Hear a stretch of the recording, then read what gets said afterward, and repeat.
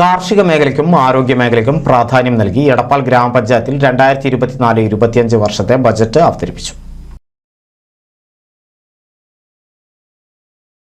കാർഷിക മേഖലയിലെ ക്ഷേമം ലക്ഷ്യമിട്ടുകൊണ്ട് സമ്പൂർണ്ണ തരിശുരഹിത പഞ്ചായത്ത് എന്ന ലക്ഷ്യത്തിലാണ് ഇത്തവണ എടപ്പാൾ ഗ്രാമപഞ്ചായത്ത് 2024-25 വർഷത്തെ ബജറ്റ് അവതരിപ്പിച്ചത്.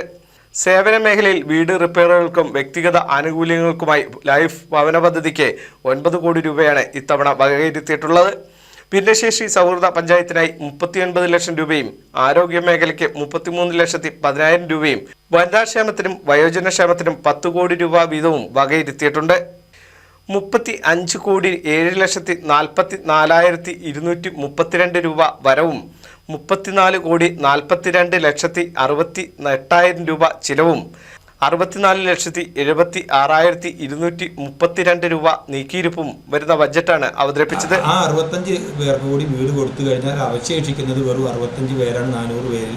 അപ്പോൾ ഭവന മേഖലയ്ക്ക് വലിയൊരു പ്രാധാന്യം ഈ വാർഷിക പദ്ധതിയിൽ നമ്മൾ ഉൾപ്പെടുത്തിയിട്ടുണ്ട്. അതുപോലെ തന്നെ ആരോഗ്യ മേഖലയ്ക്ക് 33,10,000 രൂപയാണ് നീക്കി വെച്ചിട്ടുള്ളത്. നമുക്കറിയാം ഇന്നത്തെ സാഹചര്യത്തിൽ നമ്മൾ ഏറ്റവും പ്രയാസം അനുഭവിക്കുന്നത് ജീവിതശൈലി രോഗങ്ങളാണ്.